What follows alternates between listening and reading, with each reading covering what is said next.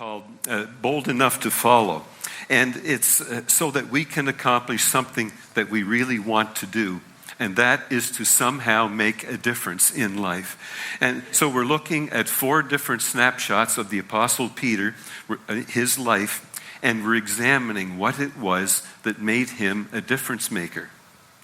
Now, there was an article that said people choose to go to a certain kind of movie, not just for the entertainment, but it's because of some need in their lives. So the article went on to say people are trying to escape the current reality that they're living in. And couples having relationship problems, they will choose a romantic comedy so they can go and laugh at other couples that are having problems in their marriage. And people are often drawn to horror movies because their lives are miserable and they somehow feel better when they look at someone else having a tougher time than they are. And women will often go to a romantic movie with who?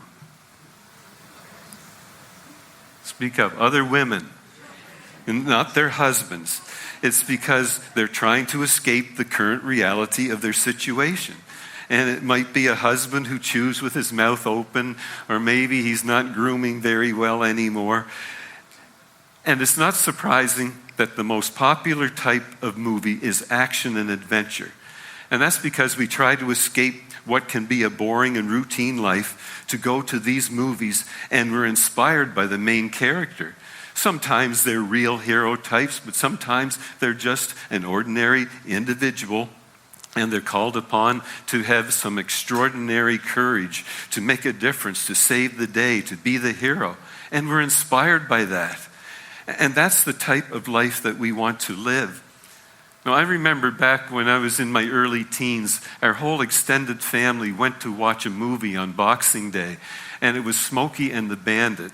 And if you don't know the movie, Burt Reynolds was the main character, and he was driving a Pontiac Trans Am, and he was trying to distract the police from this truck filled with some cargo, because there was a bet to see if they could go from one coast to the other with that cargo by a certain time.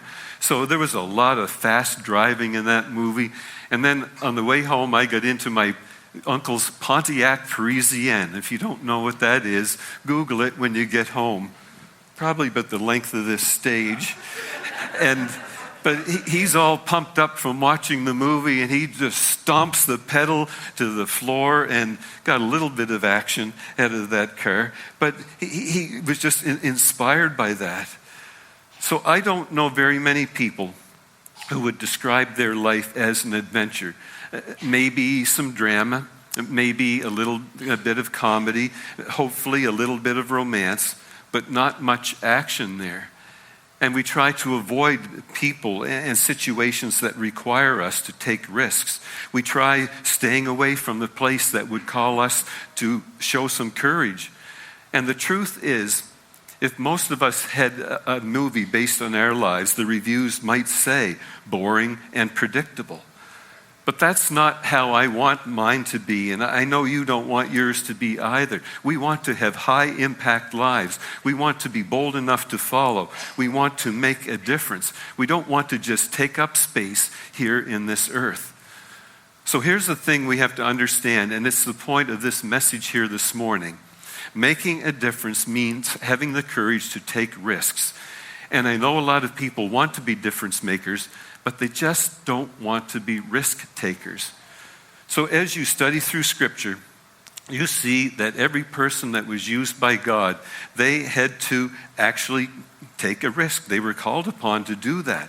They were put in a position where their stomach was in knots, where their mouth was dry, their palms were sweaty, and that should happen to us as we live our lives, because we can't make a difference if we're always playing it safe.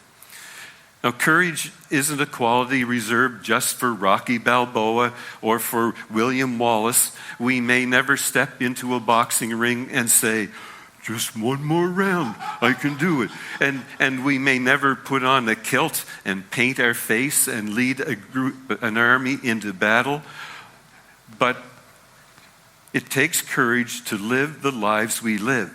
And if we're going to make a difference in our homes, in our neighborhoods, in our communities, and in this world, it means that we're going to need some courage to take some risks. And the Apostle Peter had that quality in his life. And we're just going to study Matthew chapter 14 today. And here's what's happening. The disciples have just come off an incredible day. They have just fed 5,000 men plus women and children from 2 little fish and 5 little loaves of bread. So it's been amazing. And at the end of the day, Jesus is ready to get his disciples away from the crowd. And it's the same thing with us here. Christmas Eve, all the services we do that day, when it's over, James and I just need to get away and rest. Or an Easter Sunday, or every Sunday's almost like that now. It's just such a high. But he wanted his disciples to get away. And this is where we pick up in Matthew 14, verse 22. Immediately, Jesus made the disciples get into the boat and go ahead of him to the other side while he dismissed the crowd. So the crowd's on one side of the Sea of Galilee, and Jesus is wanting his disciples to get to the other side. And this sea was actually a big lake. It was 24 kilometers long, 12.8 kilometers wide. And after he sent them away, Jesus went up onto a hill to pray. And this was a regular discipline of his. You see that throughout the Gospels. He was always taking time to get off by himself and spend some time with God the Father. So by this time, the boat was already far away from land, and it was being hit by waves because the wind was blowing against it. And Mark actually records in his account that from the vantage point that Jesus had, he could actually see what the disciples were doing out there in the boat. He knew what was happening. Between 3 and 6 o'clock in the morning, which is the 4th watch of the night, Jesus came to them walking on the water. When his followers saw him walking on the water, they were afraid, and they said, "It's a ghost," and cried out in fear. But Jesus quickly spoke to them. "Have courage, it is I. Do not be afraid." And Peter said, "Lord, if it is really you, then command me to come to you on the water." And Jesus said, "Come." And Peter left the boat and walked on the water to Jesus. But when Peter saw the wind and the waves, he became afraid and began to sink. And he shouted, "Lord, save me." So if you're sinking, and there's only one sentence that you can get out, that would be the best one to use right there. "Lord, save me." And immediately Jesus reached out his hand and caught Peter. And Jesus said, "Your faith is small. Why did you doubt?" After they got into the boat, the wind became calm. Then those who were in the boat worshiped Jesus and said, "Truly, you are the Son of God." And did you catch what verse 22 said? Jesus immediately made the disciples. So underline that word "made," because it's a significant word in this story. The word could be translated as forced. In one translation, it says that Jesus compelled his disciples to go across the lake. So you kind of get the picture that these guys want to say no. They just want to relax after this incredible day that they had. They're also, some of them are fishermen, so they recognize the risk. They know that there's a storm coming, and they don't want to be out in that boat, but they paid attention. And this probably surprises some people who choose to follow Christ, because they think, hey, if I'm a follower of Jesus, if I become one, then that means I get to avoid the storms of this life. That means that I will never be in a position where I have to face my fears. But that's not what Scripture says. Instead, what we see are examples like this one, where Jesus will put us in a position where we're forced to face our fears and depend on our faith. So if these 12 men were really going to make a difference in this world, then they were going to have the courage to face their fears. Like one guy said, you can't stay on the shore and you can't stay in the boat if you're going to walk on water. So we see this continually. where men and women of God face their fears in order to make a difference. We begin with Abraham.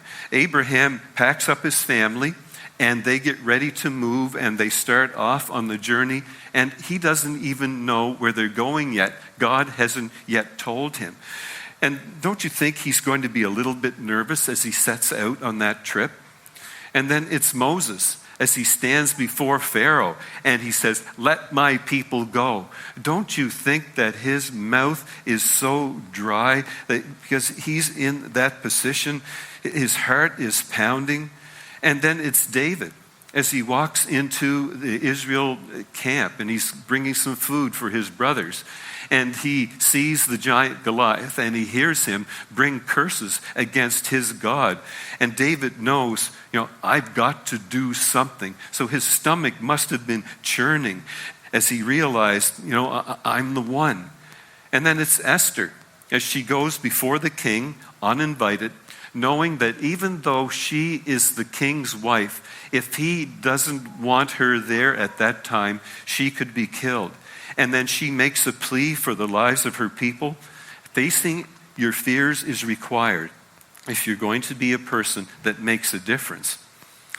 But that's not how we typically respond to our fear.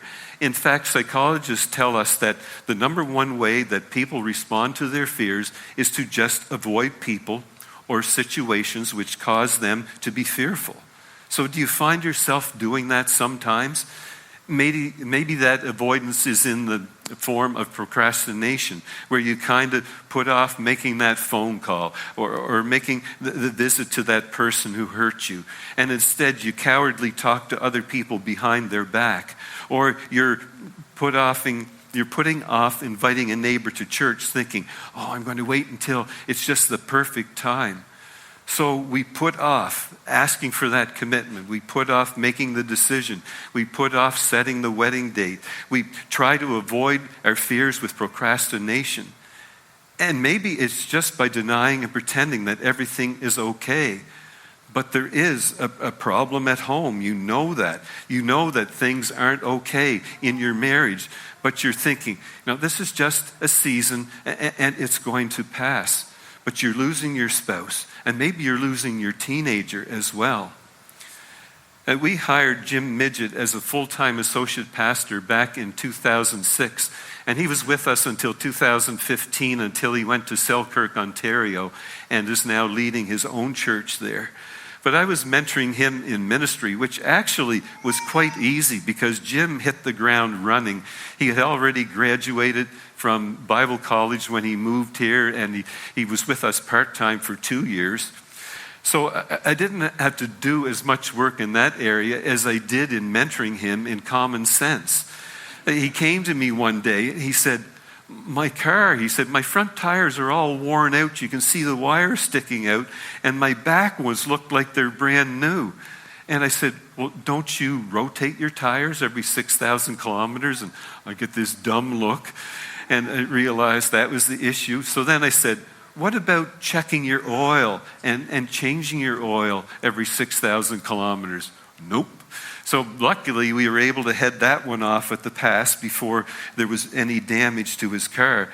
And then he told me about the first car he had. He said, this trouble light came on, and I just put a piece of tape over it so I couldn't see it, and just ignored that it was there.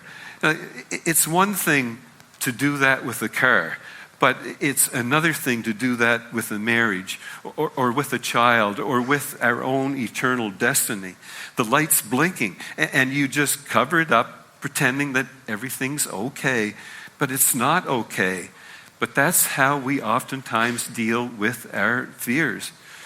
Or maybe you deal with your fears by putting off making decisions about things. And I know that was probably the case for the rest of the disciples. Peter wasn't the only one that wanted to walk on water. I'm sure that the other 11 wanted to do that as well, but they just were hesitant about it. But Peter, he decided quickly enough, this is an opportunity I need to take. But I think a lot of us stay in that boat, and here's what we'll do. We'll sit in the boat and we'll play the what if game. What if I step out of the boat and I sink like a rock? What if I'm supposed to marry this person, but I marry that person? What if I choose this job, but God really intended for me to work at that job? What if?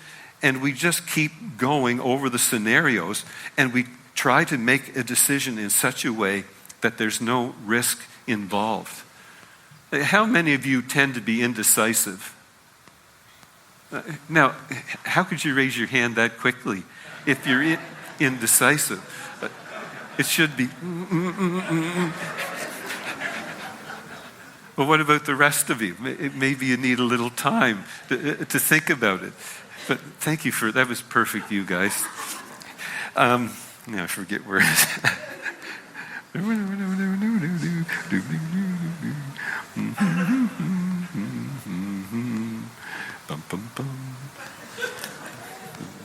Okay, John Ortberg puts it this way: faith is intimately connected with risk, and you cannot have faith if you do not have risk. And Peter says to Jesus in Matthew 14:28, Lord, if it is really you, then command me to come to you on the water. And when Jesus says to come, it takes courage to step out of that boat. So is God calling you out of the boat? Maybe you're scared about it. You're scared about what you're hearing him say. But he's calling you to put one leg outside the boat and then the other, and to take a step of courage. What's God calling you out of the boat to do? Maybe things are a little tight financially at home, and you are actually offered a promotion at work, but the promotion is going to take you on the road a lot. So it might take a lot of courage to turn down that position. Or maybe you stood in front of God and everyone else on your wedding day, and you said to your spouse, for better or for worse. But lately it's been mostly for the worse.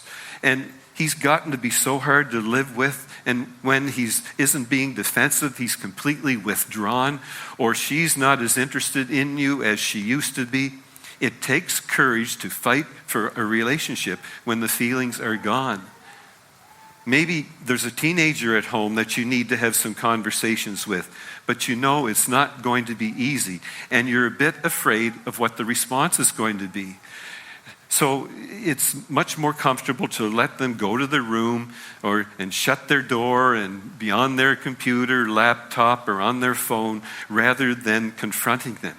Because you're afraid that if you talk to them, they're going to ask you, okay, what did you do in high school? What were some of the things that were going on in your life? So you need to start monitoring their internet, or restricting certain friendships, or saying, I'm not going to let you dress that way anymore. It takes a lot of courage to be a real parent.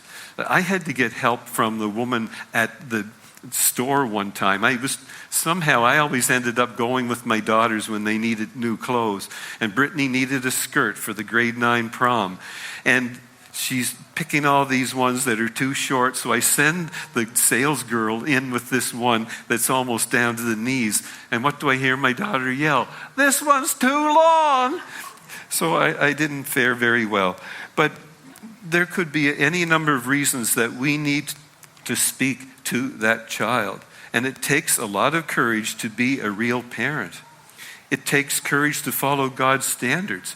So for the business owner who honors the contract and then realizes this isn't going to work out very well for me, I might actually even lose money on this deal, but you stick with the deal that you made and you step out of the boat. It takes courage to tithe, to give 10% of your income back to God when times are tough. It takes courage to be the type of person that forgives an abusive father or a critical mother. It takes courage to say, I can't do this on my own. How would you finish this sentence? God is calling me out of the boat too. And just take a moment just to think. Don't say it out loud, but just think in your mind what you would do. And what is it that you would do if you weren't afraid? And maybe just thinking about it makes you a little nervous. And it's a good place to be, where you're depending on God and not on your own strength. Now, I don't know how you finish that sentence, but we're called upon to be people of courage. And I grow increasingly frustrated with myself and the people of the Western world, the Christians of the Western world in general, for the types of things that we feel require courage. But listen to this in Hebrews chapter 12. Therefore, since we are surrounded by such a huge crowd of witnesses to the life of faith.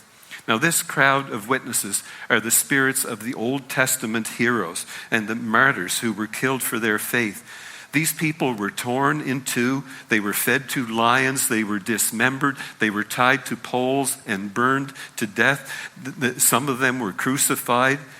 And I wonder how they must think when you and I say that we're too afraid to walk across the street and invite a neighbor to church, or we're too afraid to carry our Bible to school, or we're too uncomfortable to bow our heads and pray in a restaurant. What do you think they're thinking when we're too afraid to spend some of our vacation on a short-term mission trip, or too afraid to come forward to be baptized? Remember, courage doesn't mean that you don't have any fear, but you have the faith to overcome that fear. So the 24th verse revealed that Jesus went up on that hill to pray, but he's keeping a watchful eye on his disciples. He's watching what's going on with them. And he knows that the wind is blowing against that boat that his disciples are in. And I hope you can find courage in knowing that Jesus is watching you as well. He's keeping his watchful eye on you, no matter what kind of storm you're going through. It's just like parents when they take their newborn to swimming and that child just jumps in the water. Then they float very quickly. But the parent is there. They're watching. They're being very careful. Jesus has his eye on you. And this is what the Bible says about God the Father in the 121st Psalm. He will not let you stumble. The one who watches over you will not slumber. Indeed, he who watches over Israel never slumbers or sleeps. So when the storm is raging, know this for sure. Jesus is watching and you are never out of his reach. That's how close you are. So we read in Matthew 14:25, between 3 o'clock and 6 o'clock in the morning, Jesus came to them walking on the water. Now, courage comes when we realize that he'll go to some extraordinary lengths to come to us at just the right time.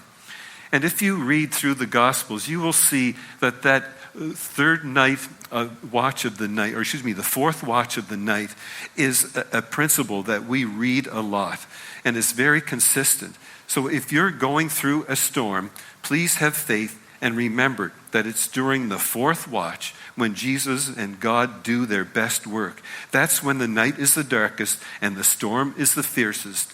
But you have reason for your faith to be the strongest. And the psalmist said, God is our refuge and strength, always ready to help in times of trouble. So we will not fear when earthquakes come and the mountains crumble into the sea. Let the oceans roar and foam. Let the mountains tremble as the waters surge. So it's the fourth watch of the night for you, possibly. So keep your eyes open because Jesus is coming. It was the fourth watch of the night for Moses as he stood in front of the Red Sea and the Egyptian army was bearing down upon he and his people. It was the fourth watch of the night for Daniel when he was thrown into the lion's den. It was the fourth watch of the night for his three friends when they were thrown into a furnace. And some of you need to hear this because your health is bad, or maybe your finances are failing, your business is falling apart, your family's in pieces. It sure feels like the fourth watch of the night for you. And fear will tell you, God can't help me. God's not capable of saving me. God doesn't care about what's going on in my life. But faith would tell you to say to the wind, is that all you've got? You must have more than that. Because Jesus, he has the power to heal the sick, to provide for the needy, to mend a marriage, to calm a storm. And he whispers a word and the winds are silent. And he'll calm your storm, whether it's in this life or in the next life. And you're never out of its watch. And if it's the fourth watch of the night for you, then just hang on, because God is about to do his best work. So when the disciples see Jesus walking on the water, they cry out in fear and in terror. But Jesus quickly spoke to them. "Have courage, it is I. Do not be afraid." And notice how he reassures them by identifying himself. And literally he's saying, "Have courage, it is I am." And I am was actually the name for God. So what Jesus is saying to the disciples in their storm, and what he's saying to us, is the same God that split the Red Sea, the same God who shut the mouths of lions, the same God who showed up in that furnace with those three men is still with you. So he assures the disciples by making known who he is. So verses 29 and 30 record an incredible event. Jesus said to them, "Come." And Peter, he left the boat and he walked on the water to Jesus. But catch this. When Peter saw the wind and the waves, he became afraid and he began to sink. And he shouted, "Lord, save me." So Peter was full of courage, and he was looking right at Jesus, and he was walking on the water toward him. But then he probably felt some of the water blowing on him or the wind, and he started to look around him, and then he began to sink. He took his eyes off Jesus. Courage will come when we focus on Jesus instead of the storm. And that's one of the reasons why we worship every week in church. We come together and we sing songs, often about God's greatness and power. And that builds our faith. And it's often when we're truly in worship that it takes our minds off of our circumstances. It takes our minds off of the pressure that we feel from the week. It takes our mind off the wind that's blowing against us. And it puts our eyes on Jesus Christ, and our fear is then transformed into faith. And that's one of the reasons why we worship, is to put all of this into a proper perspective. And then this is how the story ends. Then those who were in the boat worshiped Jesus. That's what they did. And they said, "Truly he was the Son of God." So we're going to sing a song of worship right now. And I want you to intentionally turn your eyes away from the circumstances in your life. And I want you to just make a conscious decision that you're going to take your eyes off the wind and the waves, and you are going to turn them toward God. Maybe some of you have all the reasons in the world to worship him right now, because you were in a storm and he calmed that storm. And would you like to thank him for that and give him glory as we worship together? But maybe some of you are like Peter. You've stepped out of the boat and the winds and the waves just keep coming at you. Now is the time to focus on Jesus as we worship together. And maybe for some of you, what it is you need the courage to step out and become a follower of Christ, to make him the Lord and Savior of your life, and to then have the courage to be publicly baptized into him. If any of you have questions or want to make a decision about Jesus, need to talk to someone, or even have someone to pray with you, we will have people up here at the front row after